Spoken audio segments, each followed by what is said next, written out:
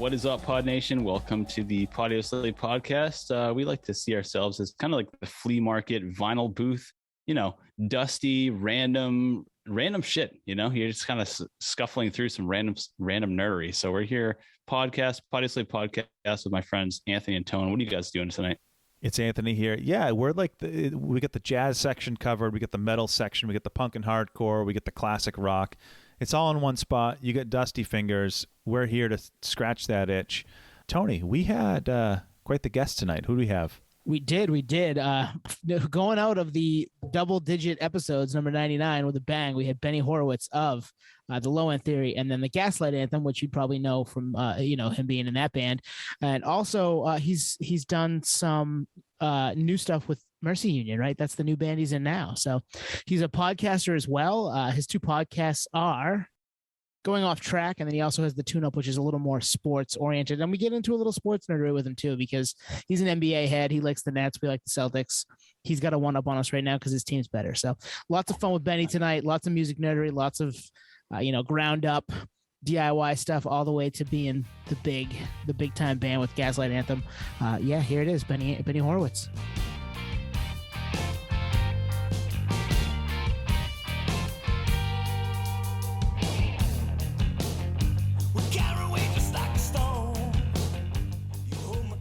Hey guys, if you like what you hear tonight, go back and check out some of our other interviews. We've had Frank Turner, who I think Benny had on as well on his Going Off Track podcast. We've had Peanut from 311, Tucker Rule, which we mentioned with Benny here coming up from Thursday, Brian Fair of Shadows Fall and Overcast, Ryan Sinnott of The Distillers, Jason Tate, who we talk about a little bit, Absolute Punk Days too, with Benny here coming up. Yeah, go check all that stuff out. Hit us up on podioslave.com. You'll see everything there. You can get to our socials. You can get to our interviews. You can get to our press. It's all hanging out right there at www.podioslave.com. Thanks.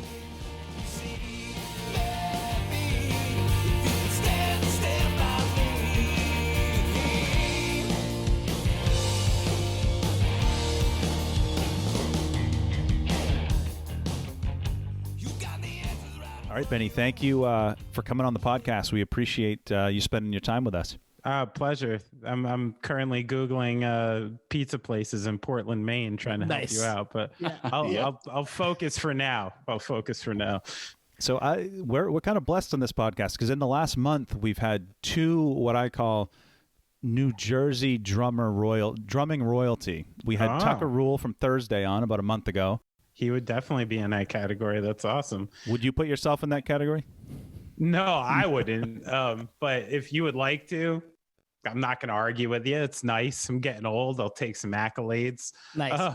But it's funny with Tucker because I watched him, straight up come up. One of my older bands, the Low End Theory, played a number of Thursday's first shows when they were just like getting off the ground, playing on a demo. And I think Tucker was still pretty new to drums even when the first demos were coming out, but he was one of those people who Tucker's a worker. Like that guy knows how to work. And it was always fun watching Thursday because the drums just got better and better and better with every single release. And then by like record number 3, Tucker's just like, wow, this guy's a total banger, as good as anybody in the business, at this point. So yeah, it's nice. Tucker's a local boy too. He's from, the other Thursday dudes are from like North Jersey, like proper North Jersey. For someone like me, that might as well be Maine. We don't pay attention to that part of New Jersey. Right. It's like us in Northern Maine. Yeah, Tucker's a proper Central Jersey boy. He's out by me, so extra respect for that. Nice. So you're a lifelong. Is it how would you say New Jerseyan? What's someone from New Jersey called? New Jerseyan? That's accurate. New Jerseyan. Yeah. So we need you to settle something for us. So we're all from the Northeast. We're from Maine, but one of my best friends is from New Jersey. He's from the Morristown area, so he's really slumming it. Right. And he has an uncle that bleeds New Jersey. And I'm gonna struggle not to laugh when I say this, but it's a true story. Okay. Great story. He bleeds New Jersey so much that when he's out of state driving and Bruce Springsteen or Bon Jovi comes on the radio, he immediately pulls over, gets out of the car, and salutes in the direction of New Jersey. So my question to you is this a thing, or is this dude fucking nuts? I'm not going to go ahead and call him nuts, but this is a first. Okay. I've never. It's not a thing. That is not a thing. Not a thing. I've never heard about someone like getting out and saluting, but heading east towards Mecca when they hear Bon Jovi. It's excessive, but respect, I do appreciate that. What about the other? I mean, it's kind of small company though. Does he do it for lifetime? I was just going to say for lifetime. Does he do it for Redman? I think the dude's like 70, so I don't think there's much like E-Town concrete in his background. Well, Sinatra, I don't know. That's a good question. But no, that's not that doesn't that doesn't come with the normal culture of New Jersey. I've never seen that one before. Probably good. It's probably good. Yeah. I like it. I love the hometown pride or the home state pride. I mean, we all the three of us being from Maine, we take great pride in being Mainers. But sure, I'm not. Every time I see an LL Bean boot, I'm not turning and saluting towards Mainers. You know what I mean? Yeah, and I think too. I mean, I came up in the punk and hardcore scene, so there was a lot of years where I just rejected things like that and rejected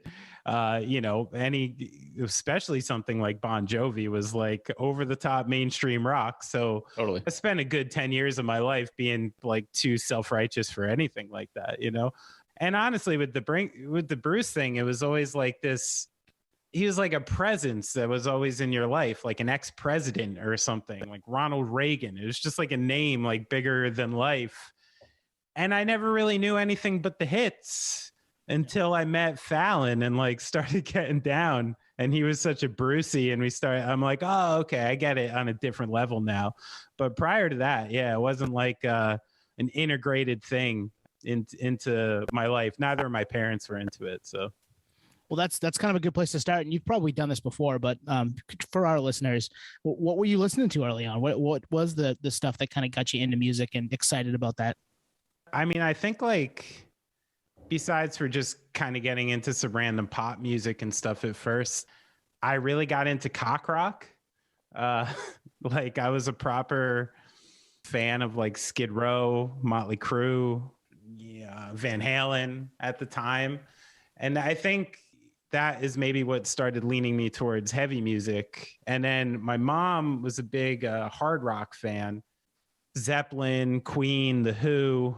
So my ears started tending that way. And then I was 11 when Nevermind came out and when the Black Album came out. And I'd say those two records, I think, were the first ones where it was maybe they were mine.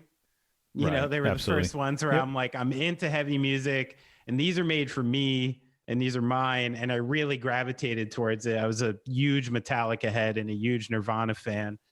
And then always the through line through all of that was always Led Zeppelin, who is still probably my favorite band now. Nice. And has lasted the test of time like that. But yeah, I think those were the early beginnings. And then I had one other influence, which was my father, who, he's born and raised in the Bronx and, teacher in Harlem. And he was actually a jazz flute player.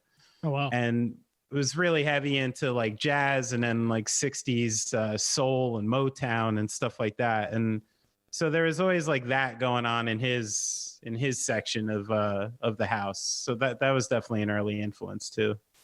Interesting. Yeah. To unpack it a little bit, there's a lot of bands you're mentioning, and I'm just thinking I'm almost trying to live it through your lens. You have your parents' music and then the music you came up with, we talk about it on here. The music we came up with is different from our parents. You kind of find that intersection, and that's your sweet spot. So we're 80s guys here. 90s was kind of our jam because we were born in the 80s. It's always a decade following. So that's right. With that said, was it that those are the bands that kind of got you to that crossroads? You're I think this is something I want to pursue as a career path.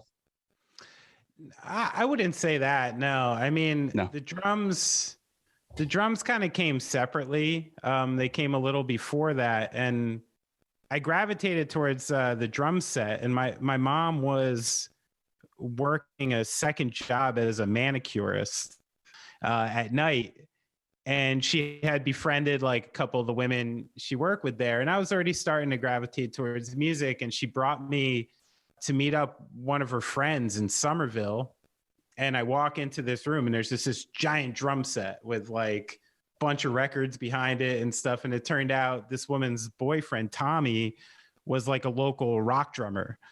And I was real stoked on it. Like I saw the kit and something like, you know, I gravitated towards it and I got to fuck around a little. And eventually we started going there like weekly for a while. And my mom would just chill in the kitchen and like drink tea and smoke cigarettes with her friend. And Tommy would like teach me random rock and roll songs. He wasn't trained. You know, I'm not really either. I can't really read.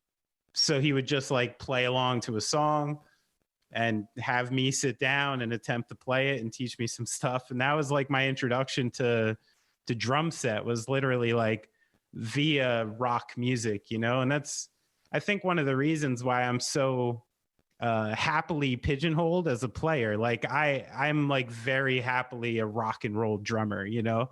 And I think it's because like I learned how to play drums inside of like rock and roll songs. And even when I practice now, you know, like just as an example, I fell in love with the new Turnstile record, as you know, everyone in the world did.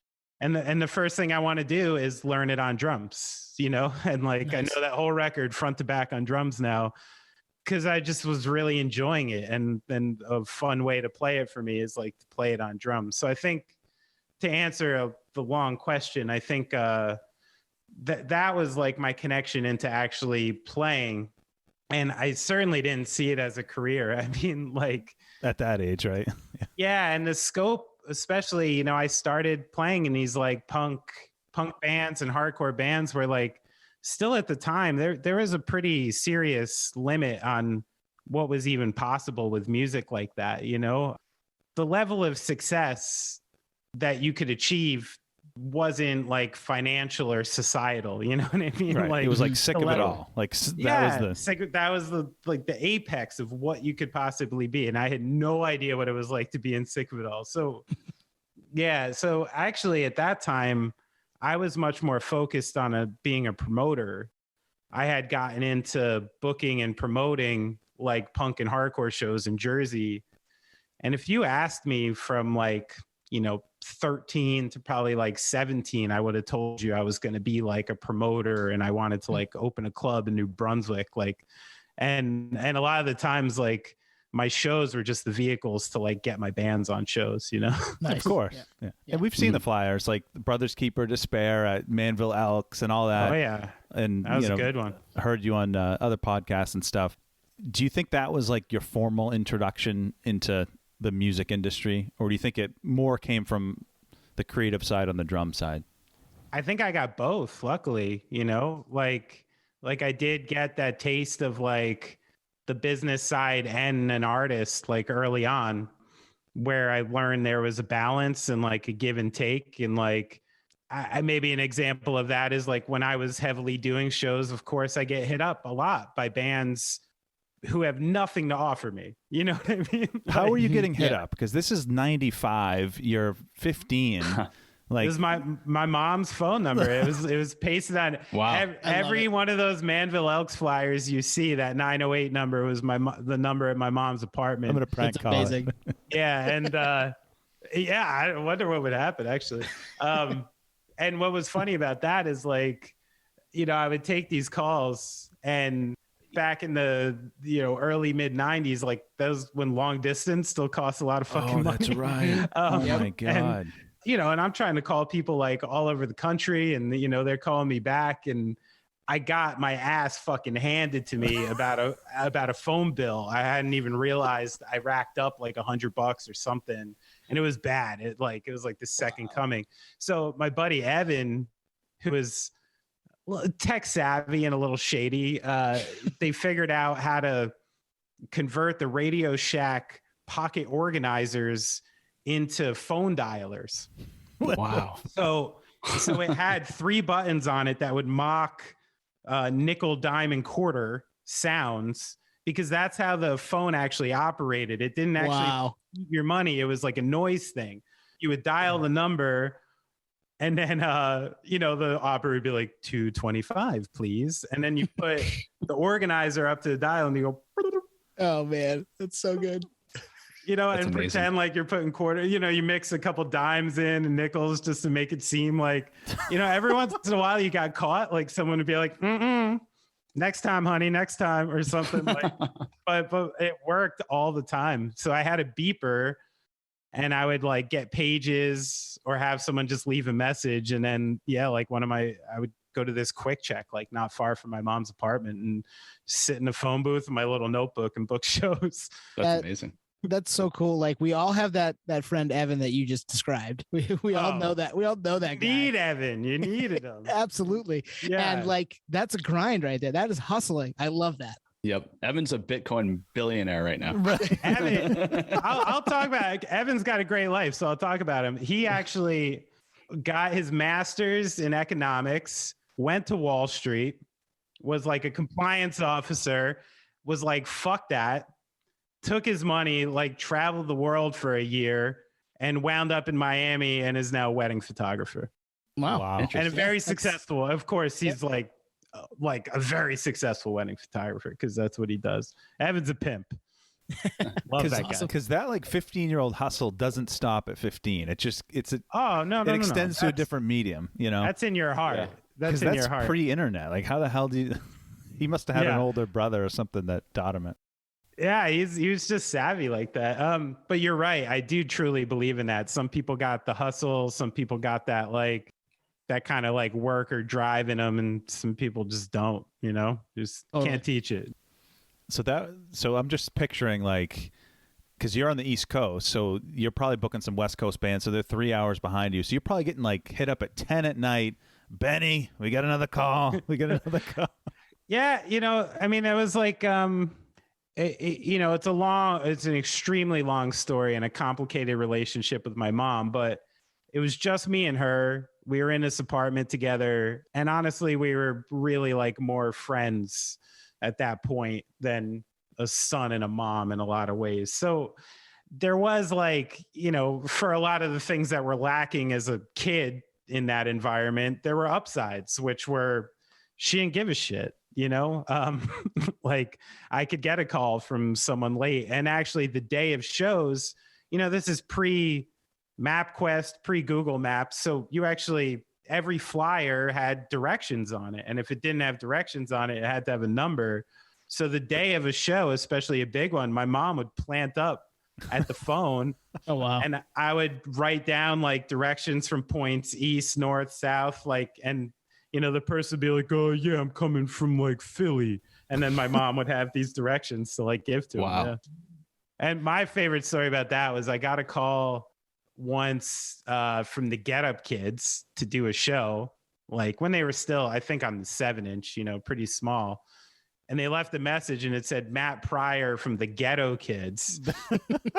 And I was like, oh, that's so funny. And I got on the phone to Matt Pryor. I'm like, guess what? My mom wrote the message. She said the Ghetto Kids. Oh, I thought it was great. He didn't care. Didn't care. It's almost a better band name too. Ghetto Boys. Honestly, still bums me out that he didn't care. I don't like that. That was like, wait, let me think. Almost 25 years ago. I'm still bummed out that he didn't care about that. It was funny. Matt Pryor. That's so I love good. that. I mean, you got your mom in on the hustle too. That's cool. I think she appreciated my hustle in some ways, and at that time, I think she was super appreciative of like, this was a fairly positive thing I was doing, and it was real easy for me to go the other way at that time. So yeah, I think she was supportive of that. It was still music. It was, it was positive. Yeah. Yeah. So that's the thing. Like you're putting these shows on, like you said, to obviously to hustle a little bit. You're into it. You liked it. You maybe thought you wanted to be a promoter, but you're also playing music and you're playing on these shows too. So that's got to be kind of how you got into doing that. But like, how did you guys, you weren't the Gaslight Anthem at first. A lot of the guys were together, but how did the Gaslight Anthem kind of come about? out of that. Yeah. I mean, that happened as a culmination, like, you know, from the time we were talking, you know, I was doing shows heavily, probably like the heaviest from, you know, 95 to like 99. I didn't even meet Brian until 2005. Oh, wow. Right on. Yeah. So, but, you know, ironically, we were both kind of hustling in the same scene. You know, Brian was in North Jersey. He had a lot of different bands. He did like Moose Lodge shows up in the town he was in and stuff. And I was doing it down there. So I think that was one of the serendipitous things of when Brian and I kind of found each other, was like, I think we were both used to carrying all the weight in our bands. And then we found like someone else who was could carry some weight, and we were both like pretty relieved. But at the time I met Brian, I was playing my band, The Killing Gift, had pretty much broken up, and Alex Rosamilia was in The Killing Gift with me from Gaslight. And we were doing a stoner metal band called Spiro Agnew, which actually existed quite a few years, like through Gaslight. And then I was just doing some random other stuff. I was roadieing. I was like touring with other bands, trying out like basically anything that would get me on tour.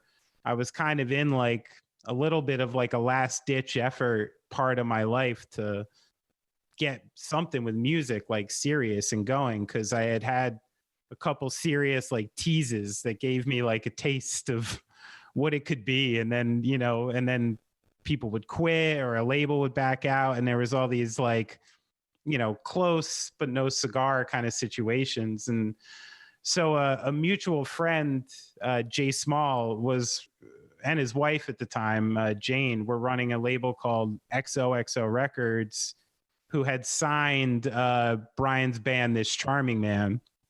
And I guess Brian had gone on tour with This Charming Man. It didn't go so well, and basically fired the whole band, brought in his brother-in-law, Alex, who was like 17 at the time, and then was kind of restarting the whole thing. And that's when Jay and Jane connected Brian and I, and he sent me, you know, This Charming Man record, and we talked. And, you know, I was still like more heavily into like pretty punk and hardcore stuff at the time. So, but one thing was becoming clear to me was, especially in my band, The Low End Theory, a lot of the reviews of that band and stuff, a lot of bands at the time, I guess it was, you know, the music's great and the vocals are lacking, you know? And at some point, and maybe this is where doing shows for a long time came in handy for me, just with the intuition, I guess, about the music business, was like, I knew like if I wanted to do this, I need someone who writes songs, you know? Like I was like, I'm a fucking drummer. I'm not Tommy Lee, you know what I mean? And even Tommy Lee needed Vince Neil to wear his fucking Speedos, you know? Like, like I knew I love rock and roll, and I knew the narrative, and I knew the narrative could not just be me, you know? And I was actively looking for like people who were good and inspiring and could actually write songs. So Brian, like, it was almost like he like fell in my lap, which was crazy, you know? And even though the music was maybe like too mid-tempo for me at the time, I was like, oh wow, like there's hooks in here, like there's like choruses, there's like real shit that none of my friends know how to write, you know? Yep. And it drew me to it. So I just went and drove up to, you know, this rented house they had up in North Jersey, where like Brian and his wife and Alex and his family, everyone was living in the same house. And yeah, I went up there to practice. And it's funny to think now, I even left that first practice like, yeah, let me think about it. Oh, wow. And didn't even say yeah, like such a dick.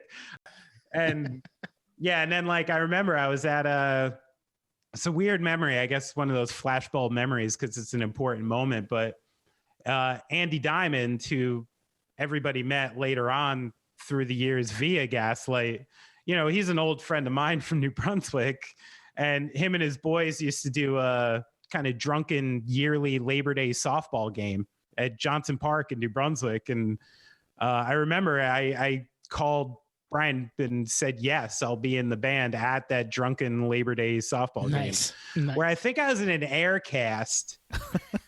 And Andy Diamond still gives me shit about missing this foul ball. He's like, I know you had a bum wheel, kid, but you should have gotten to that ball. You know, he still gives me grief about that. There's no way position? I could have got.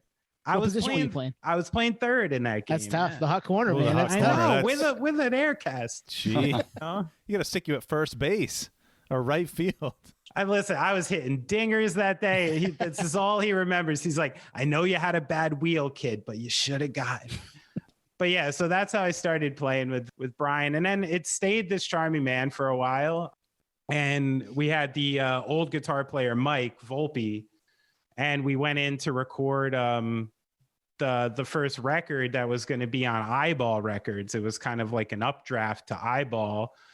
And the session just like didn't go well. We weren't really ready for it. It was a little, too pro already. And Brian was kind of given the option right off the bat of, you could keep your record deal and fire the band and we'll get like pros, or like you can stick with that. And he decided to stick with the band and find her own thing. And Jay from XOXO was like, hey, I'll still put out your record, just sort everything out. So, we ended up doing a quick, we did a tour with an artist called The Fever Few, who was on Eyeball. And during that tour, Mike Volpe, the guitar player, was he was in and out of knowing if it was going to be for him, Right.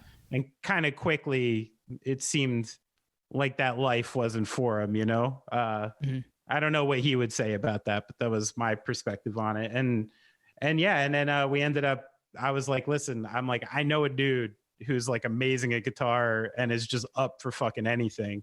And that was Alex Rosamilia. And I was like, let's get him in the thing, And then once we got Alex and started writing songs, that's when we had a chance to change the name.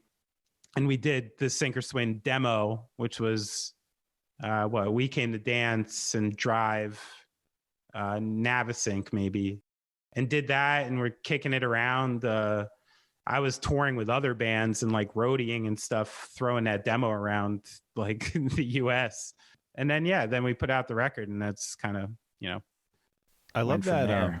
You like personally, it sounds like you had almost like a graduation phase with music, where I'm sure those early bands were just either people you knew. It's like, all right, my buddy, he plays bass. So you just slap a bunch of dudes together, where at this stage you're like, well, now we need a songwriter. You've kind of done the local thing. I saw on Twitter you roadied for Nora, which is awesome. And it's probably like Loser's Intuition era, it sounds like. And yeah. Now you're at a point where you're like, all right, well, maybe I don't want to do that anymore. Maybe you want to level up. Is that about right? I mean, honestly, it was what was presented to me, like what was offered to me. It was, I think at the time, I don't know when that part of it happened, but it was, and I guess I know more about that about myself now than I did then. I think I was just cruising then. I was surviving. I was like, I didn't come from like through this whole period, I'm working full time. I'm like, I didn't live at home and I'm paying rent this whole time. And it's like, it was hard, like a lot of these years weren't easy trying to get by. So I think I really wanted to work hard and make myself necessary in the music business somehow, but I think at that time I'd already fell in love with creating songs and creating albums, which like now I realize, like as I get older, like I really feel empty without that. Yeah. And I think the pandemic taught me that in a way too, like just the creation of songs and the finishing of songs and the tooling of them and recording and getting albums together and getting the flow together and just the artistry of the whole thing. I fucking love it. And that part of it, I think at some point I realized, even when I was starting Gaslight and stuff, I did realize at that time, if this works out, if this doesn't work out, I'm always going to play music and I'm always going to write records with people and I'm always going to be in a band. I just got to make the decision if I can do that for my life or not.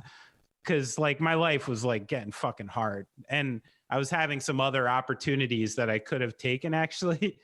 Oh, wow. That I denied to like kind of do Gaslight. And, obviously panned out, luckily. Yeah. Yep. It's I got made fun of for it too. Then you did something right. Yeah. I mean, man, that's the ultimate context in terms of what it takes to get to that point. Like, okay, I've met the people I want to be in a band with. I found the people that are kind of supplementing my talent. Next we're a band and we've felt each other out. But at this point, like, we got to start playing shows. Like, this is where the magic happens. We got to start playing gigs. Was there like a anticipation for that first gig where it's like, shit, this is it. We got to make it work now. So we got to actually go out and perform. Right. Well, I think the world needs to hear this, right? The world. Yeah, this is legit. Yeah. Well, I think that's where the years really helped in two ways. The first was I had spent years and years and years like playing people my music and waiting like with bated breath for their reaction. You know what I mean? Like sitting on the edge of my, like watching people's face react to my music, yeah. And the one thing that was really clear, especially after we did the Sink or Swim demo, the reactions were different. It was like the first time I felt like people didn't want to just help like their friend Benny that they really liked. They like really liked it and were like genuinely excited about it in a different way. So I think Brian and I both had that intuition that like what we had going was like maybe different and maybe like special, Mm-hmm. And then on top of that, we were both like, we knew tons of fucking people by then because we were like old and played a million shows. Yep. So when it came time to like booking an East Coast tour, I was like East Coast tour, sure. Yeah. Like I could do those, I'll call this person here. I'll call this person here. We got this. So like, and that's where doing shows helped a lot too, because I had a Rolodex of like 10 years of people who kind of thought they owed me a favor, because that's what it was back in the day. It was like, you play my town, when you come to Columbus, you got a place to play, you got a house to stay at, totally make you some pasta, like there was that element of it. And so I do think like I fed punk rock and the alternative scene for years, and then got fed by its altruism for the couple years, when Gaslight started. It helped. I could totally see that. Far from the days of people calling your home phone, but it paid off. Calling my mom. That grind, I mean, it definitely paid off. We were kind of putting this together and with questions we wanted to ask you, and this one kind of piqued my interest. And it's around this time for you guys. You put out the first record on XOXO, and Absolute Punk, kind of early adopters, those kind of independent publications that ended up kind of being tastemakers, were on board early. And was that something you guys were looking to send stuff to, or did they just hear it and love it? How did that stuff come about? Because I know on a way smaller scale for us, we're trying to get any person to listen, and we're throwing it to everybody as an indie, and you just want to get some traction somewhere. Is that something you guys were thinking of too? Yeah, 100%. I think we were definitely making sure that like people in those places were hearing the record. Absolute Punk, I think, is that dude Jason. He was all over it. Like, I don't think we ever sent him anything. He was just like stoked, and we had this like mutually cool relationship from the get. Like, we were just really stoked that he liked it and was posting this nice stuff about it. Yeah, that one was like that. And then at Punk News, our good buddy like Chris Moran was one of the first kind of allies we had out there. He was in Richmond. They did shows down there, and he was kind of tied into a bunch of the people down there. And he actually took a lot of our any early video footage and stuff was done by Chris. And he was like the video guy for Punk News. So we kind of had like the direct thing there. And and we just got lucky at the time. I don't know what it was, but there was something about the timing of when that record came out and what was going on in punk that people just seemed like they're pretty receptive to it right off the bat. That's kind of Totally. It's kind of the early days of that becoming where people went to find out about music. I mean, I know what Punk happened. News was like, that was like if you didn't get a good review on Punk News, it was like, fuck, we're done. Yeah. Right. Like, yeah. And it's like where we grew up. I mean, you're only a couple years older than we are. Where we grew up, there wasn't that. It was Rolling Stone. If you weren't in Rolling Stone or you weren't, you got nothing. Or your local radio station wasn't, trying to pick up somebody local, that you weren't getting any traction. Now Back to the mill for you, kid. Exactly. And now people can get traction, at this time because, somebody on the West Coast hears it over the internet and they're like, I love this. Yeah. So that's pretty cool.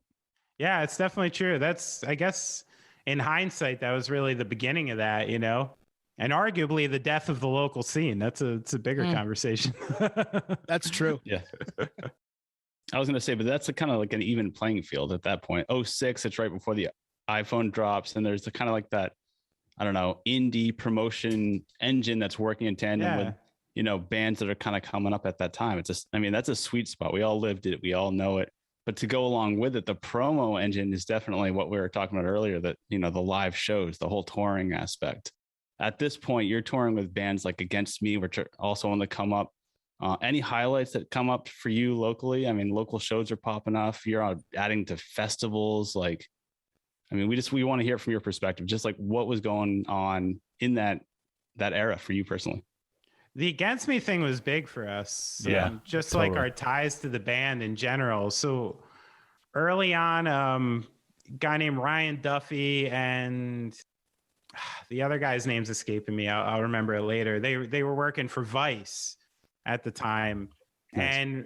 And this is where, in a weird way, the technology helped Gaslight, but also because every album leaked. Oh shit. Yeah. And it was actually super good for us in hindsight. Nice. Sink or Swim leaked way before it was out. And Ryan and the other dude from Vice had heard it, and they put us on a show at Siberia, which was a little bar in Manhattan with Against Me, opening for Against Me. And that was really early on, and we played well.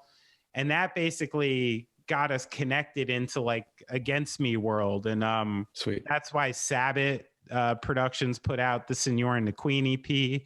And it also probably got us on that New Wave tour, which was the first major tour we ever got asked to do. So the ties to Against Me were really big in those early shows with them. But if there's a standout show, there was a bunch. That was the thing about, our scope early on was small. I know I've said this in other interviews, but Brian and I literally had a pact with each other that if we sold 10,000 records, we were going to get throat tattoos. Wow. Well, I don't see a throat tattoo, but you definitely sold that many. In our estimation, if you sold 10,000 records, you were done. You were a musician for life, that. We really thought that. So every step of our progression felt so fucking good. The first time people sung along at a local show, it felt that fucking good. The first time we sold $100 in merch, it felt that fucking good, Yep. And there was all these culminations, and every time it was I think, again, I know I've referenced it a bunch of times, but that's where I think all those years we had put in gave us perspective, where we were out there grinding and doing the thing, but knew that it was special and cool. But if I think there was one show, and I think you brought it up, Nate, was the Fest. I think that was the first time we were wait a minute, this is getting crazy, because we had been playing small DIY shows all around East Coast and Midwest. But, we weren't playing to more than, 20, 30, 40 people at any of these shows, really. And there were some kids who were stoked, but they weren't big shows. And then I think at Fest was the first time that a bunch of these people came together in one place. And all these friends bands we knew, the Riot Before and Fake Problems, were all hanging out. And that show just went off. And I think that was the first time where we like started maybe to imagine ourselves as being in like the next level, you know? I can see that. It's like doing a local farmer's market, and then you're doing a farmer's market in like a different state. You're like, oh shit, Yeah. we're legit. Oh, they love our honey. They love our salsa. Wow, we have something here. fair trade rock and roll. Yeah. Nice. Is it hard to be, as an opener, to get excited about the show? Like, are you excited to be on the show, or you're like, we're still the opener. We get 6 songs, you know, is it?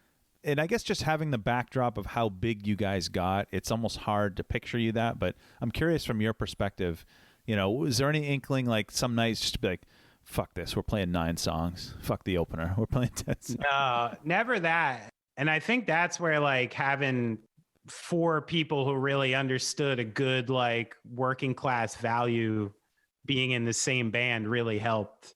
It's a fucking job. And we always saw it like that. And the people who are the headliners are hiring you to do something. Yeah. You know, and you're being hired to fill this amount of time, and that's what you'll do. And you'll show up on time, and you won't be a fucking pain in the ass. Like, that was important to us to be good workers, I guess, in that sense.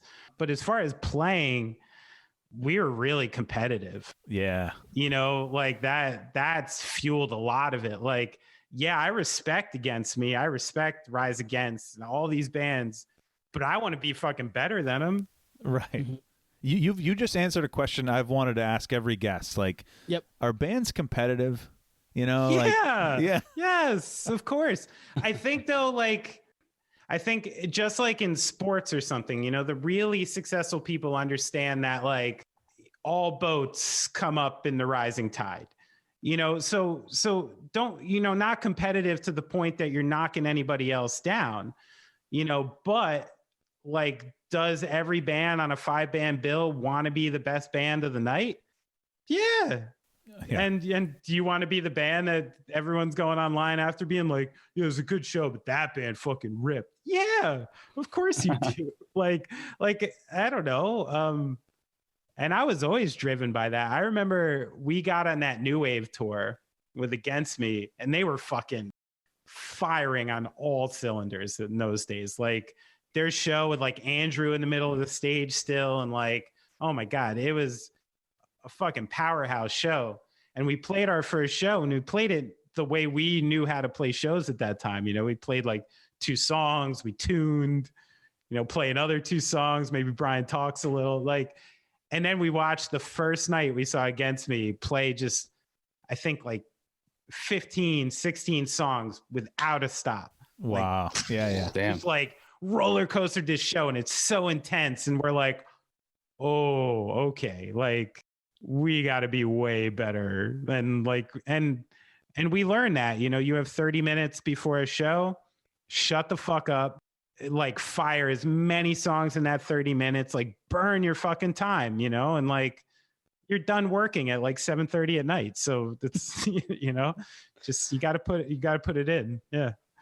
I love the competitiveness because it's, you can't really get anywhere if you're not Right. measuring yourself against your competition. And like you said, you don't need to tear them down. You just need to say, okay, they're doing this. We need to do that, at least that, if not more, to be taken seriously. So that's, I definitely feel that. Yeah. It's like, I guess it's the same thing as like Michael Jordan getting beat by Larry Bird, you know, like a million times. And then, you know, yeah, he hates Larry Bird, but he then took like 2 parts of his game and got better, you know, like, so that's what it is. You gotta take, I mean, we're all stealing the tricks from the masters, you know. You have to. They're the masters for a reason. You have to. Like, it's just, you got to just steal from the cream, you know. Yeah, it's all for the love of the game, because you were, like you said, those roadie days, like you probably saw shows that you were like, that could have been better, you know. You take notes. Yeah, sure. And I hated watching a band like Bomb.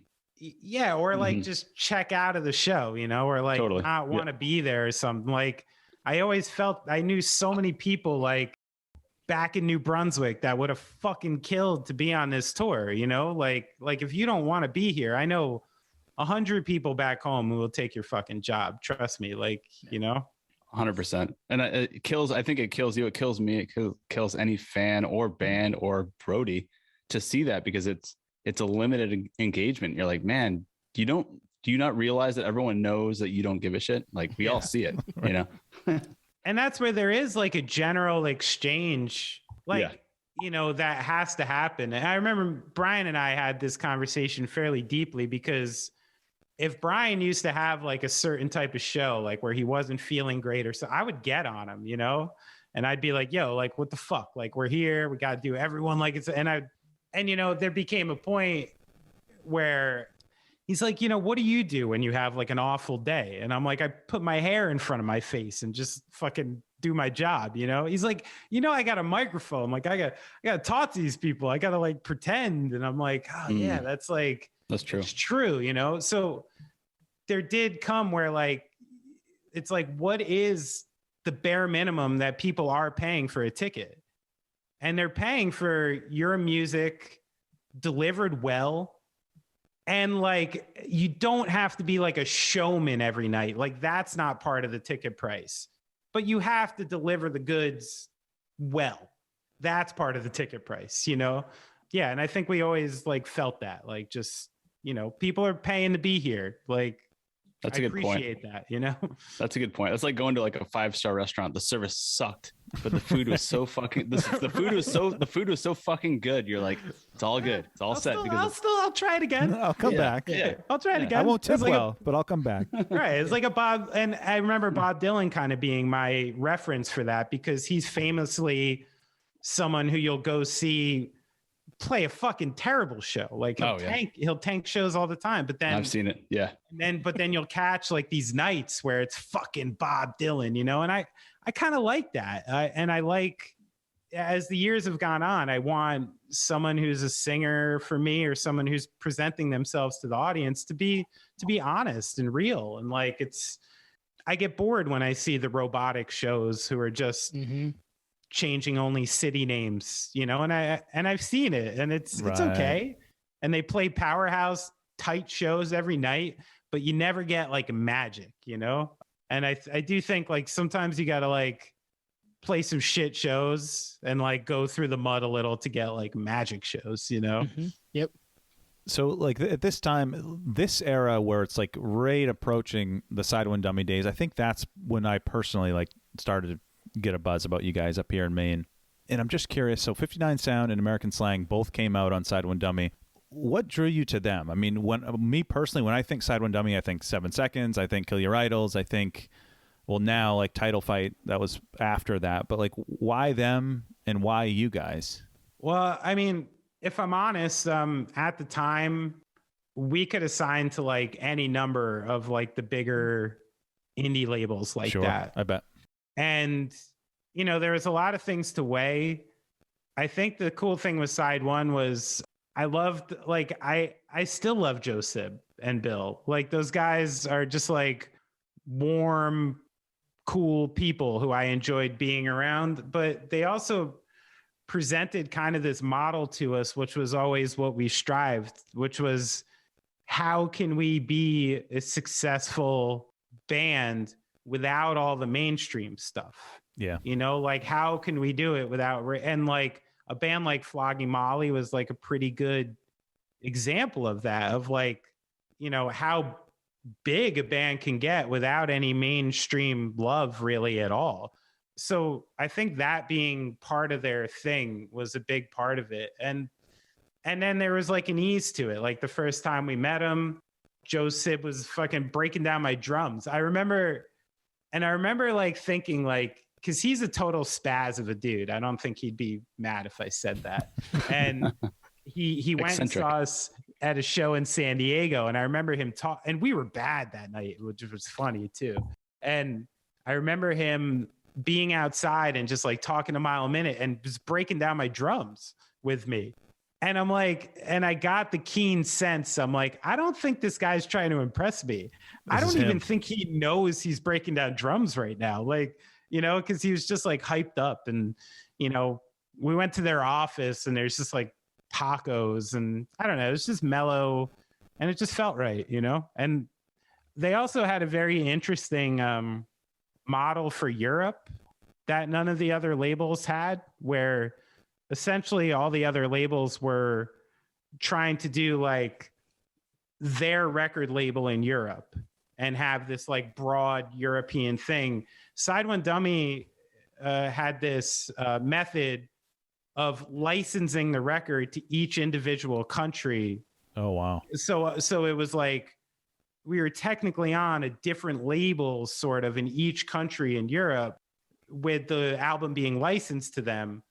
But that actually like made people really work the record like a lot more and a lot more diligently. And there's a guy named Thomas Drew who still works at Side One, who's kind of like the mastermind of that thing. And it was a really good idea, and it really worked out well because we did really well in Europe, like right off the bat. I mean, you're not kidding about Flogging Molly. They played Maine a couple summers ago, I think, to gigantic several thousand people, when there are bigger bands that don't pull those numbers up here. I know. I wish Brian played the Irish card more, you know? Right. Yeah, I was going to say, when you mentioned Flogging Molly, I'm like, there's a connection, the connotation to the Irish culture. Like, there's a turnout no matter what. No matter what. I know. Yeah. I know. And they're such a great band, and not like broy and jockey like a fucking St. Patty's Day parade at all, you know? Right. Mm-hmm. But if Brian fucking wore a green shirt every once in a while, It wouldn't hurt. Right? I'm just saying, open up another demo there, you know? Love it. I don't want to play St. Patty's Day parade. So, No. rough. For the rest of eternity. Yeah. Not in my 40s. Playing those or getting the Side One Dummy stuff, hearing that the record is licensed to different labels in Europe. We've kind of like talked about that in other capacities, I think, with merch and stuff before, but never heard about it with records. And I mean, obviously that's probably where it started. And that makes so much sense to me. And it does kind of fit like, okay, now this one label is, you know, really hitting the road for us in Ireland. And this one label is really hitting the road for us in Germany. And that's kind of cool to like, if they like the record, you're going to have all these different people working for you that aren't just one label. That's pretty cool. Yeah. I mean, I think so much of that relationship is like finding people who do have just like a personal stake and a personal investment in what you're doing, you know? Yeah, it's so important when you have, because, you know, these labels all have PR people and all these people like making calls on your behalf. And it's pretty obvious when someone's really stoked about something or is just giving you the rundown, you know? Mm-hmm. Yep. Absolutely. Yeah, there's like you said, the personal connection. Like I always compare it to like wine and spirits. Like you have like the macro, like huge distributors, then you have the ankle biters. But the ankle biters, no one really knows this, but the fringe benefit is the fact that like people actually care. Like they're there, like they're actual fans. They buy the product out of pocket. So yeah, you know, with that said, like this is definitely like a turning point for the band. Like a lot of things are changing. You're seeing yourself in press, which, you know, roadie days, you're like, man, I never thought it'd be in a magazine, right? Yeah. More people coming out to the shows and whatnot, starting to headline shows. Is this just like a crazy vortex for you at this moment? Yeah, I mean, I think it is. I mean, because a lot of those years, I mean, we were really like touring like 8-9 months out of the year, like just tour to tour. And like, so to say I really had like my head on straight and was grasping every detail at the time. I mean, even, you know, there was a 2-year span in here where I didn't even I was homeless because I didn't keep a place at home because I was gone so much, and I would sleep in like a motel when I was back. And so it was like, yeah, it was kind of like a tornado. And I do think, you know, one thing Gaslight was always had, which, you know, maybe is an emotional deficiency, but a professional good thing, is that we like really were never impressed with anything. And, you know, we were never like getting off stage and be like, yo, fuck yeah, that was a ripper, bro. Or, or like, yo, this fucking record's gonna smoke. Like, it's never about that. We like never rested on our laurels. And, you know, honestly, before a record was even pressed, we were usually already thinking like, all right, that one's done. Like, it's fine. Like, what are we doing next? You know, and I do think it really helped Gaslight because we had such a prolific like 8 years there where it was just like boom, boom, you know, where we were really, and I'm glad we did because, you know, when bands find that sweet spot, they should put out as much as possible in that time when it's riding like that. But if there's one regret I have about that time, it was just like not keeping my eyes down enough. Like my eyes were just forward all the time, you know, like what's next? What do we got to take care of? What's, you know, it was always like, I don't know. I don't know if I was always enjoying moments, you know? Like, I mean, you hear we're Patriots fans up here in the Northeast.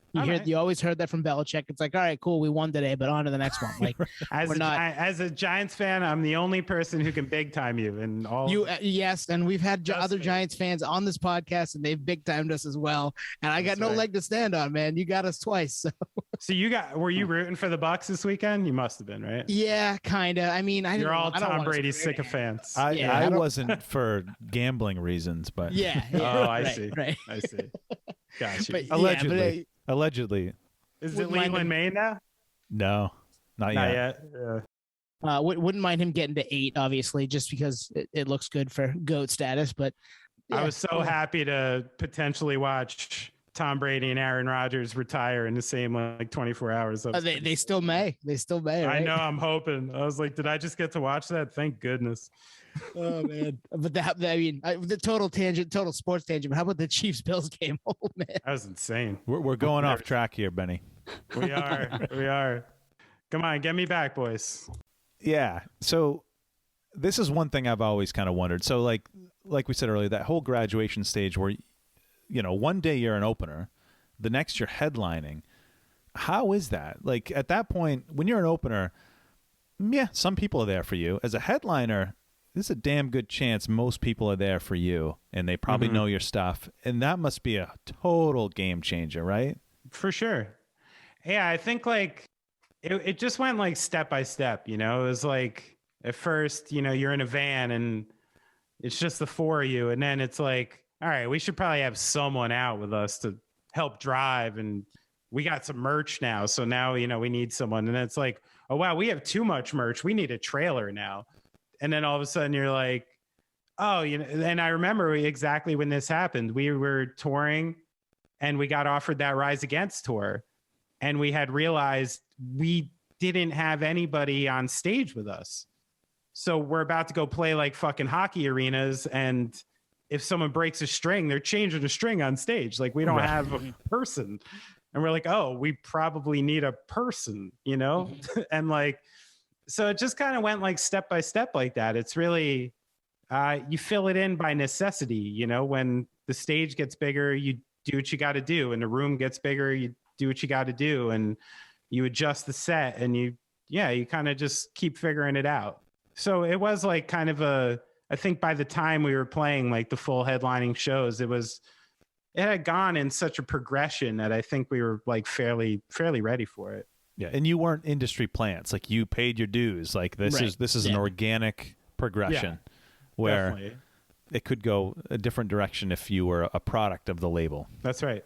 And and that's where, I mean, you have, you know, that's when you get leverage in this business is when you create your own fans. And then people are after you and your fans and you don't need them for that. So I think that's, you know, I know it's easier said than done, but it's definitely a good thing to have in your pocket if you're moving forward in the business. Like you should rely on people who care about your band way more than you should rely on those outside forces. That is the statement of the night right there. I love that. That's that will stick with me. Yep. Man, the way you're describing it, it reminds me of one of my favorite personal bands. Talk about it on here all the time is Pearl Jam. You know, they started as similar to what you guys did. Grassroots, scene, paid their dues, had no expectations of any kind of success at all.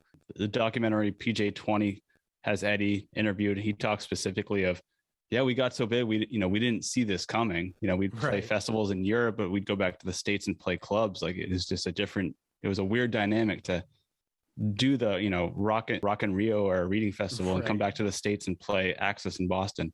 But with that said, he's playing the Sheds now when they go on tour. You know, it's 2022 now. He still says that he'll play songs that he knows that, the mass audience wants to see, but he knows deep down that there's Pearl Jam fans that have been there since 91. So he'll choose certain deep cuts that, maybe 75% of the crowd doesn't know. They're just there for the name brand Pearl Jam. Right. And cater to that, niche crowd that's there for Red, Yellow, and Black, just very specific songs.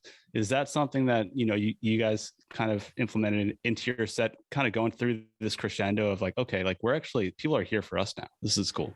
Yeah, for sure. I mean, I think we tried to not play 59 sound, I think once. Yeah. And pissed off a lot of people. Yeah. And even though and we talked about it and it was like, yeah, okay. Yeah, we're a little tired of playing the 59 sound. We got to play the 59 sound. And it's for the same reason we talked about earlier is people paid for a ticket to see the show and they want to see the songs that they love the most. And I know it takes sometimes when you're young or too full of yourself or too full of the situation, you forget that you're you need those fucking people out there to do what you do. And if you just want to go out there and play everything you want to play, you're going to disappoint a lot of people. And that's not what a show is about. A show is about this give and take between the two sides. So I think what Eddie Vedder said is right. It's you got to play some of the mainstays and maybe you can figure out ways to do it that are a little more interesting and try them in different approaches or something. I noticed, when we covered State of Love and Trust, any live version of State of Love and Trust is so fucking fast. It's twice the speed of the cover. Super and fast. I had to make a choice when we covered it. I'm like, I'm going closer to singles than their live version because that is a ripper and I want to savor the song a little bit. So right.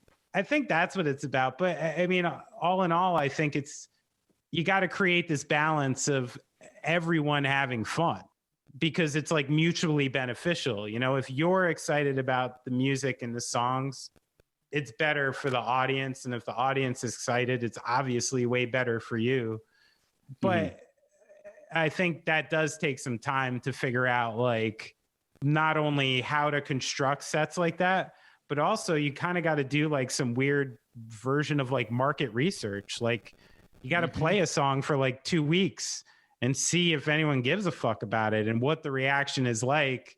And then that dictates what that song is moving forward. I think that's why when bands put out new records, why some of the sets are sometimes kind of awkward because you almost have to relearn how to play a song after you record an album. When you finish the album version, it sits there. It usually got done 3, 4, 5, 6 months ago, and maybe you did some stuff in the studio that wasn't quite like you were doing. So when you start coming back out with it, some songs present better live than you thought they would. Some present worse for whatever reason. A song you would think is just going to ring with the crowd is just doing nothing. You don't really know why. So yeah, I think you need that. You need that time too. And that's where Pearl Jam's got a lot of market research. I'm sure Eddie knows just what to pull out of his pocket to get whatever audience going, I saw Snoop Dogg do that once. It was one of the most impressive things I've seen in a music festival. Snoop Dogg was we were playing a giant festival in Belgium. And inexplicably, Snoop Dogg was about to go on at 12:30 in the afternoon. And it was because he took 2 festivals in a day to just get paid. So he was doing this 12:30 in Belgium and then going for a headliner in France or something, which was awesome to begin with. And, but he pulled out all the stuff. There's 20 people on stage. There's the blunt man. There's the old man just dancing, doing backups. It was a total scene. But it's Belgium at 12:30 in the afternoon. You can imagine it's a sea of undrunk white people, so even though they're having fun, it's not really. And I was watching side stage and I saw Snoop come over to the side. He talked to someone, he talked to a DJ. And 10 seconds later, fucking Jump Around by House of Pain comes on. And for a minute, Snoop just dances around the Jump Around. crowd starts going ape shit because I guess that's like undrunk white people catnip. And and then all of a sudden the show was like lit. And I was like, oh my God, Snoop Dogg, the fucking puppet master. He's a genius. He just knew. He knew what song to play. Just what to do.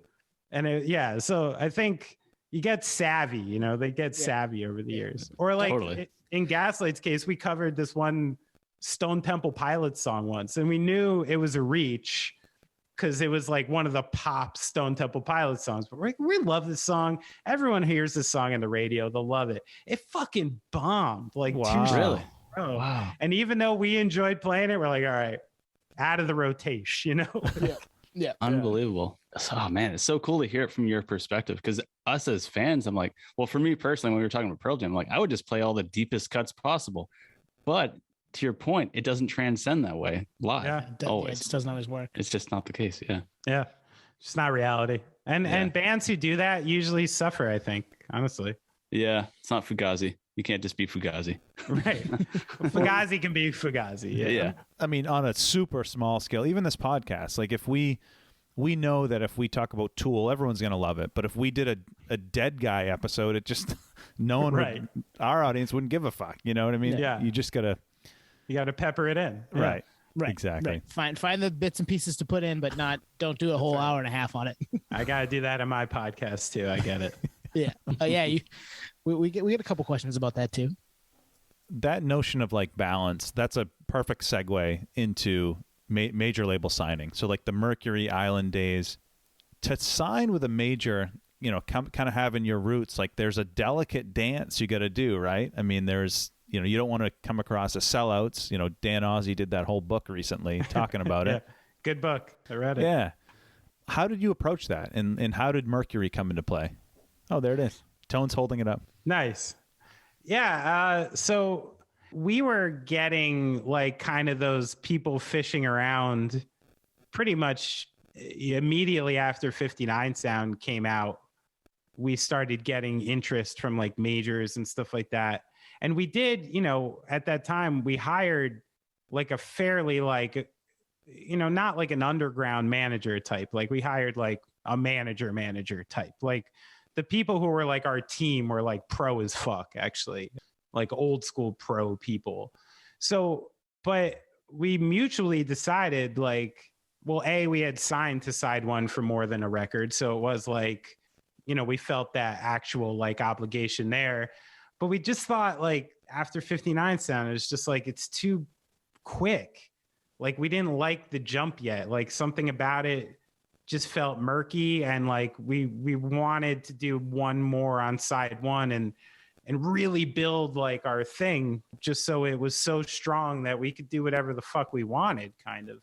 And it sort of worked because after American Slang, like just like the position we were in with Sink or Swim, we kind of had our fill of the majors. Like we could have gone to a bunch of them and we did the whole thing. We took the meetings, we did the rounds, like all the annoying shit like you see in movies, like the showcase. Yeah. I mean, really like some were good, some were like horrendously tacky and weird where like people lost us within 30 seconds sometimes. And we kind of had a reputation even like in these meetings, apparently. Like I never knew, but apparently we were known in the business as like surly punks because like, I don't know, we were like straight shooters in meetings or something. And I don't really know why that happened. So we would take those things and I remember Alex Levine and we were like, yo, we got to get one of these bills up to $1,000. Like we're not a real band unless we get one of these major label dinners up to a G. Nice. And we tried so hard. We would walk in, I'd be like, yo, give me like that nicest scotch, like give me a double. And he would get something. But the problem was like Brian, not into that shit. So like Brian would show up, we would chill. You'd have like a burger, like chicken fingers, a Coke. And like 45 minutes go by and we're like, meeting's done. And like, we're not going to a second location with these people. So we never got up to $1,000. I tried. But, we met like a lot of the real cheesy people, the cool people. And again, it was just like intuition. It was just like the place that felt right. The person who was signing us there had broke the Killers not long before. And we saw the Killers as like a pretty good major label model. Not like their aesthetic and stuff at the time, but like every one of those labels has like their big like flagship band. And then actually the other one we were really considering was like Warner with the Foo Fighters. And I mean, it was really like intuition and just like a jump. I think we were definitely impressed with like the things they'd done in the past and just having that imprint on the record. But I would like to say it was some like match made in heaven type of scenario, but it was really just like taking a bunch of meetings and kind of being like, all right, that one feels the best, I think. Kind of like Side One Dummy, it sounds like, you know? Yeah. Like there wasn't some like full intention. It was just like we went into it open and that one felt like it would be the best at the time, you know? Yeah. I mean, that's good. When you know, Nothing too sexy there. Yeah. You've had enough steak dinners. You're like, all right, you know, I think this steak is actually legit. You know, steak, I'm a fucking vegetarian too. So that's where these things were ridiculous. They're like, we're meeting in this steakhouse. So I'm like, great. Like, I just had 2 scotches, au gratin potatoes, and I already got to drive home. Like, this isn't working out good, you know? Yeah. Totally. And you know it's sleazy. So you're like, this is already bullshit. Yeah. Yeah, right. Exactly. And well, yeah. I'm trying to think like, I'm trying to put myself in your shoes, which is difficult because we're not a band. We're just a, you know, podcast here trying to live vicariously through your shoes. But when something like this does come through, we always wonder, like, is there add-ons? Is there like value that's in this meeting that there wasn't in meeting on Wednesday and Friday? You come and all of a sudden, hey, we got this. And also if you sign with us, you know, we have a great relationship with Brendan O'Brien. Are you a fan? Well, we were talking about Pearl Jam earlier. For me, obviously, Brendan O'Brien's like the holy grail. So is this something that was, you know, in the contract, or is this something you're like, hey, I'll sign to you, but I have a few producers in mind that I'd like to kind of round down to? It's an interesting question. Brendan didn't have anything to do with it, but because I mean, honestly, like that shit's just about money. Like if you have enough money, you can get a bunch of different producers. Like, so it's advanced driven. Yeah, it's advanced driven, but also as far as the things that like some can offer that others couldn't, and especially at the time, I think now that you bring it up, it was driven by radio. Yeah, like actually the woman who was, you know, the head of radio at Mercury at the time was like very well respected, and they kind of had this idea that they could get us consistently into, you know, like the big, you know, LA K-Rock and the New York ones, like, which are the feeder stations. Like essentially if you get in regular rotation on like K-Rock LA, like the entire rest of America, like dominoes off of that. So I can see that. So these people do really crazy shit to get, I mean, they go and wine and dine like radio people. Like they'll go to the office with like gifts and food and like all this shit and like play him this song and try to get him worked up. Like it's a fucking thing. Like all day. I've been in those dinners, so we've been to a few of them, Nate, haven't we? Yeah. Oh yeah. So I've seen it first. We've seen it first. Yeah. So that shit's kind of dirty and ugly, and this side of the business that like you don't want to do yourself, you know, like, and you want a shark to talk to the sharks. And I think that was part of it. And something else was, I mean, there was another thing where it was like, as far as the scruples went of signing to a major label, which there were many, especially for me, like the one thing that happened was we were playing these shows and these festivals, and I started like looking out and seeing that like I'm being paid by like Jägermeister or Budweiser or like these giant sponsors of these things. And I had almost realized like, it's like, fuck, like I'm in this thing already. Like I didn't really know I was, and I didn't ask to be, and it grew.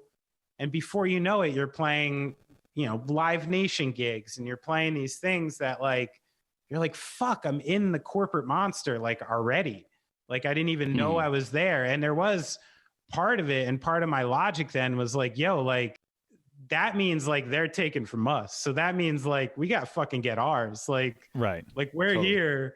So like we got to get some of this, you know, like, cause if we don't, this schmuck who makes like $400,000 a year to like yank off your record to radio is going to get all of it. So I'll take some, you know, like.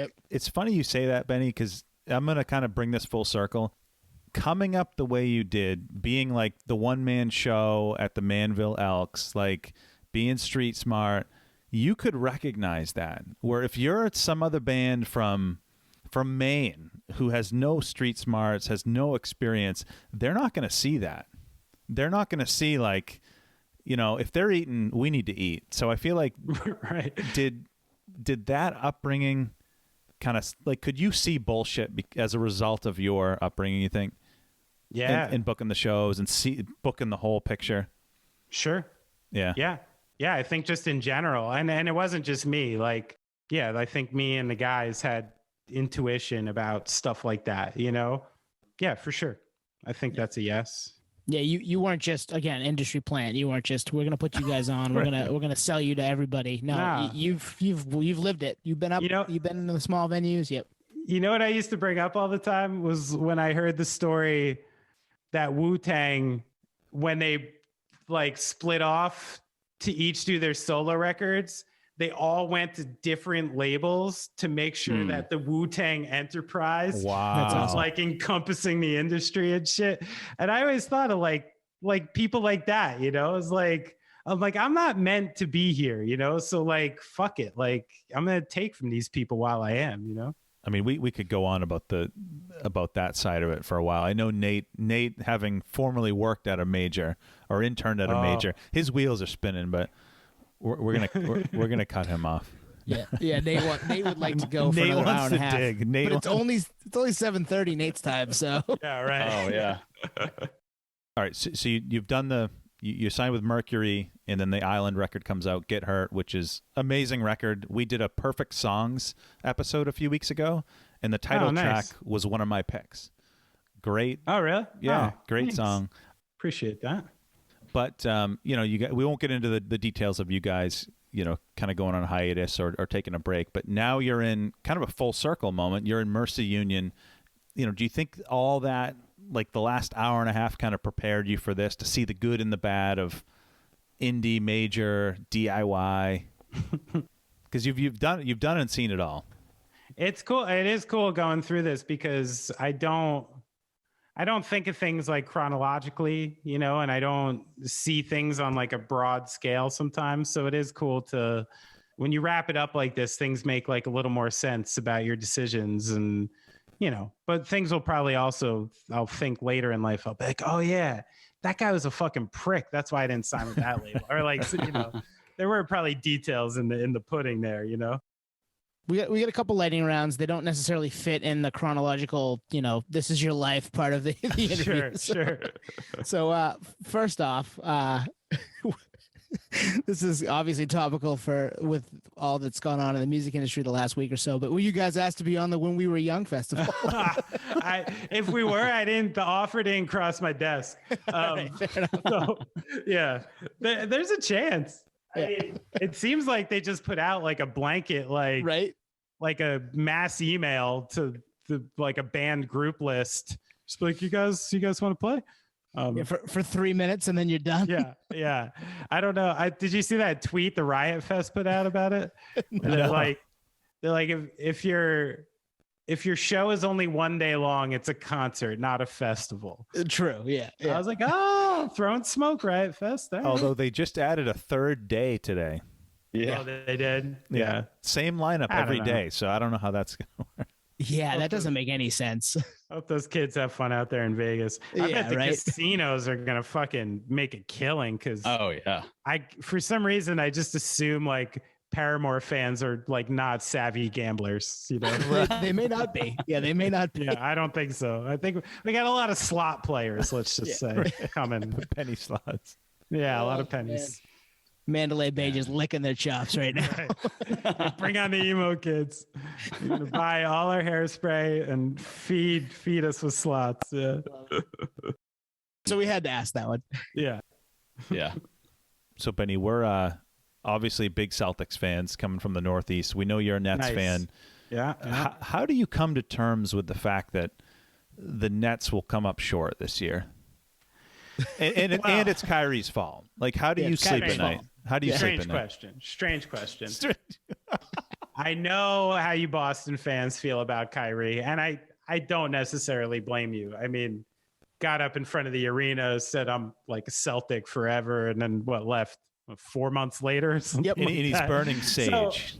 And he checked out too. That was the other piece. See, this is where I'm torn about Kyrie, and maybe you can let go of your Celtics thing for a second to see it the way I see it, which is, as a lifelong punk rocker, I do enjoy shit stirs.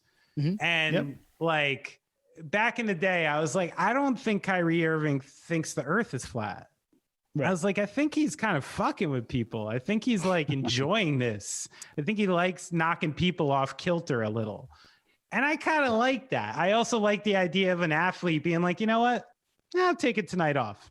Yeah. Like that kind of makes me laugh too. And I think it's sort of funny.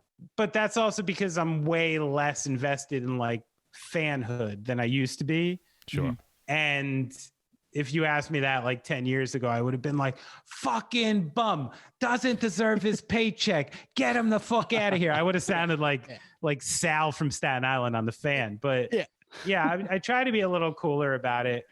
But to your point, you know, Kyrie's antics very well might curb the Nets' chances to win this year. Like, it's just real. If they play the Knicks in a playoff series, he will not be playing at all. If he plays the Raptors in the playoff series, he will not be playing at all. The way the beard looks, you know, at times, like, I think it's troubling. But the one thing is that I don't see anyone else really popping out in the East there that's taking them, and it's certainly not the Celtics. I've been seeing it's not the Celtics. About you know what, Enos Freedom isn't going to carry us to the promised land. If you're given, if I'm seeing 20 plus minutes of Romeo Langford at night, it's not happening, boys. It's not happening, boys. I know he's down right now, but you've got KD coming back, and I mean he's one of the best to do it right now. So I mean, maybe like that's one thing that's been a lot of fun. I mean, because I've been a Nets fan, you know, pretty much my whole life, and the fact that the Nets turned from what the Nets were, which was like the absolute afterthought laughing stock of the NBA, basically for years, to like the heels in like a year and a half is really bizarre to swallow. But if there's anything I've really loved about it, I mean, I've never, you know, I'm a season ticket holder. I've never gotten to watch a basketball player on a night in and night out basis like Kevin Durant. And it's a fucking joy, like an absolute pleasure, you know, like just watching that guy work is amazing. It really is. I mean, he's a first ballot Hall of Famer, no matter what he does from here on out. I think I do. If all stands as it is, I kind of do like the Bucks coming out of the East still. You know, they're a real strong team. If they're healthy, I kind of like the Bucks coming out of the East. Yeah. And they've done it. Did it last year. Yeah. They had everything break right for them, and KD's toe was a little too long, but they did it. Just an eighth of an inch. Eighth of an inch. Paul Millsap, we might pick up that scrap heap actually in Boston. That could happen. Yeah. He could give a team like 8 to 10 functional minutes a night. Can't be any worse than Joe Johnson. So he's not kicking around too smooth these days. Yeah. This is a tweener year for the Celtics anyway. That next year is going to be the year. I feel it. Why? What's happening next year? It's just the same. I don't know. I'm hoping. Tone's got a feeling. It's the same team with another draft pick in the 20s. I don't know. Maybe a trade. I don't know, man. Peyton Pritchard in a contract year. No. Yeah, I don't know. I don't know about that. You got me. Sun's not shining too bright. We'll see. Yeah, I'm just gonna clutch 08 because that was the one I remembered. It happened. I mean, they won in '86 too, but I was 2. So listen, you know what I believe in these days? I am a Nets fan, but I'm a basketball fan. So it's just like when the time comes, I hope you can enjoy the playoffs, enjoy some beautiful basketball while not being in it. Got me. Yep. Sorry, that question started with a burn. I had to finish it. Absolutely. I appreciate the burn. We baited that. We deserve that. Benny, we got one more. I think that's probably. I don't know. I don't want to keep you, Benny. I mean, Nate wants a 2-hour special so bad. I love the long form. Nate doesn't edit the podcast. So. Well, with that said, I got one more. Oh, do you? We're all You do it because all of us, anyway? all four of us got podcasts here, right? Fair. So we're all kind That's of true. in it to win it. Trying to figure it out in real time. Drink. It's an inside joke there, but regardless, podcasts. We're all podcasters here. We just wonder, like, you got your listenership and guests. Like, any advice for us personally? I know you've been kind of going at it for quite a while. Oh, and doing a podcast? Yeah. Yeah. I mean, I don't know. I guess I'm really still trying to figure out a lot of it myself. Like I really enjoy the medium. I think there's a very like open-ended future to it, like I Totally. see a lot of these really, really advanced like podcast series coming out and stuff. And I think that stuff's going to grow. But as far as advice, I mean, I don't know. I guess it's the same that I kind of have with interviews and stuff as I do with the podcast, is like, just to make sure that you're speaking about things that like you're honest and care about, and you'll never get into trouble. Absolutely. Like point. if you just like approach things in a generally good direction like that, then yeah, you can't get into trouble. And I think if you have listeners, like sticking to your schedule seems really important. Right. I think that even as just a podcast listener, like, because I am an avid podcast listener, I get pissed if like I'm like, where's my fucking ESPN Daily this morning? Totally, man. I don't want this replay. Like, what's up, Pablo? Yeah. So I think like, if people are anticipating something every Wednesday at a certain time, it's probably good you do that most of the time. I think that seems to be where most podcasts fail, is like people who they have the idea, they get into it, get consistent with it for a while, and then kind of teeters off, and like, I think if you stay consistent with this stuff, like, that's a big part of it. Mm-hmm. Yeah. It's basically a hybrid of being somewhat systematic, but ultimately just genuine and just truthful, because, you're talking about playing shows with Pearl Jam. Like, we're just stoked to be interviewing people like you, so we can actually talk about real questions that if we had met you at a show, we'd be asking these same questions, but not so much long form. So, well, you missed a chance to hear about the corona I had with EdVed. Oh, really? Oh, shit. No, it was anticlimactic. It was. He was cool. Nothing crazy happened though. Benny, thank you for coming on with us tonight, man. Really appreciate it. A lot of fun talking to you. Thank you, Anthony, Tony, Nate. Nice. Nice gentlemen. It's unreal. Love it. Thank you so much. We appreciate this. Nah, no worries, guys. Awesome, Benny. Thank you, man. Appreciate it.